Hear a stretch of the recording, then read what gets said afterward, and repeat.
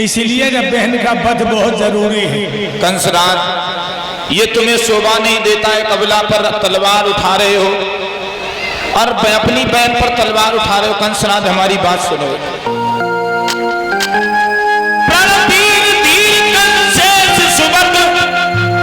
तुम हो वीरों के बाने में, शोभा ना तुम्हें मिल सकता है अबला पर हाथी उठाने में।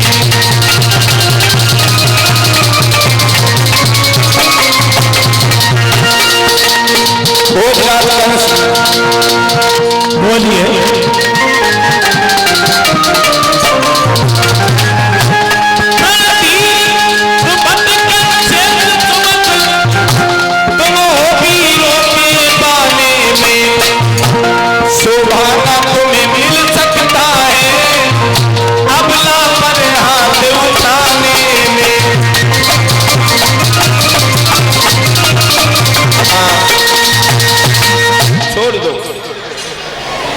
बस दे तुम्हें क्या पता नहीं, स्वार्थ में पाप नहीं होता,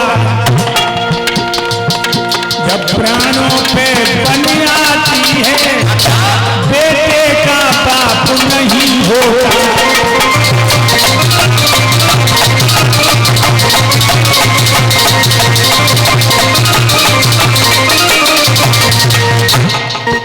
इसलिए कलाई को छोड़ दो। नहीं कंसराज, ऐसा आप ना करें, अपनी बहन को ना मारें। तुम्हें 8वें गर्भ से डर है ना?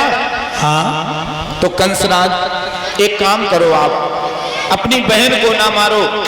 ये प्रेम इतने जिनसे जो था, एक मृत्यु के पीछे अपनी बहन को ना मारो। कंस भोजराज कंस, तलवार हनो मेरी गर्दन पर, और जब प्राण मेरे खो जाएंगे, अब तुम्हारी बहन रड़ापा भोगेगी, बाकी लाला न होने पाएंगे।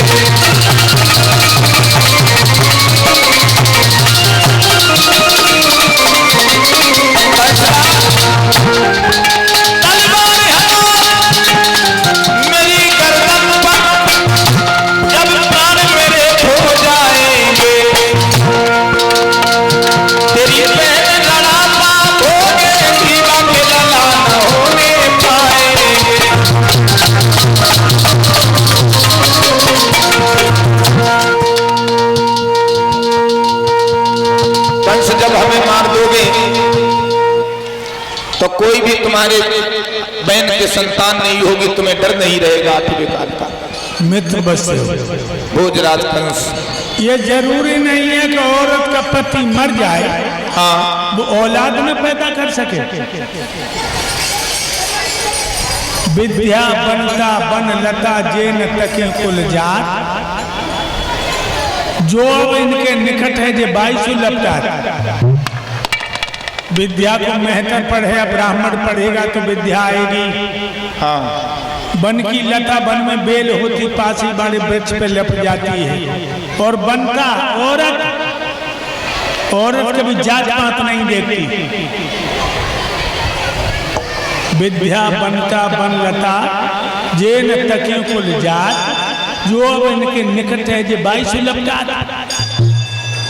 इसलिए हमें मार देने दो ऐसे। नहीं कंसराज, मैं बार बार तुमसे विनती कर रहा हूं, ना मारो।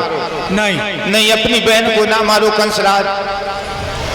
अगर आपको 8वें पुत्र से डर है तो मैं आपको वचन देता हूं कंसराज, सुनो।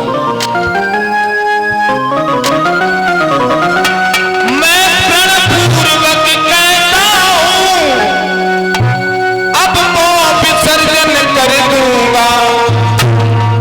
और कंसराज, इससे जो भी संतति होगी मैं तुम्हें समर्पण कर दूंगा। इनसे जो भी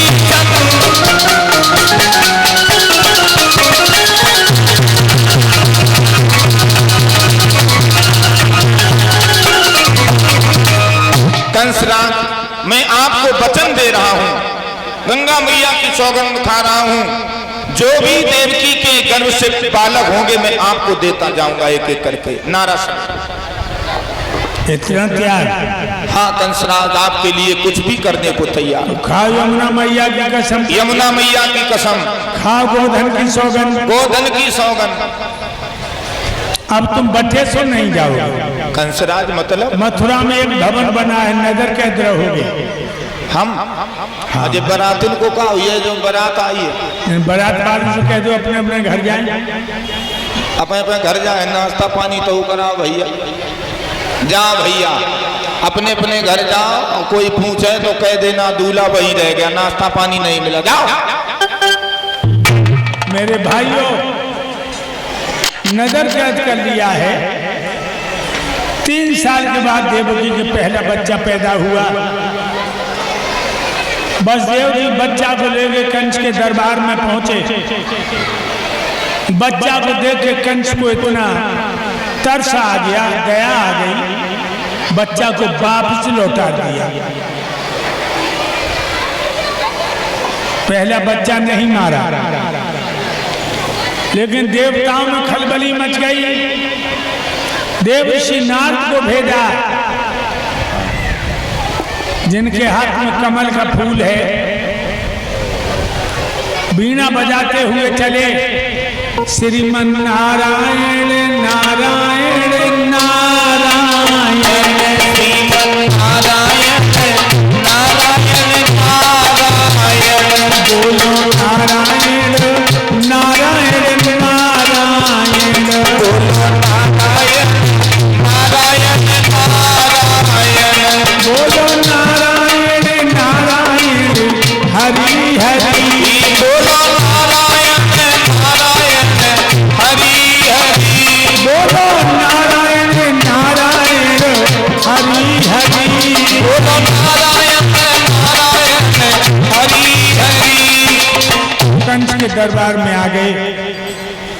वो कमल का फूल जिसमें 8 पंखुड़ियां हैं, इस तरह से गिनाई है कि हर पंखुड़ी 8वीं सिद्ध कर दी। 8 का पहरा पढ़ाने से कंस उकसा गया और देवकी गोद में से बच्चा छीन लिया। पैर पकड़ के दीवार से मारा, बच्चे की मांस की बोटी आंगन में बिखर गई। इस तरह कंस ने अपनी बहन के 6 बच्चों की हत्या कर दी। 6। 7वां गर्भ आया।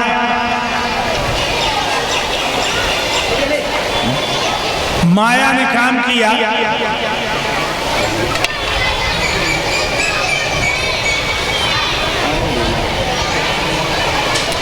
रोहिणी के द्वारा जेल में से बच्चे को ले गई। रोहिणी, जिसका नाम बलराम पड़ा। बलराम बच गए हैं।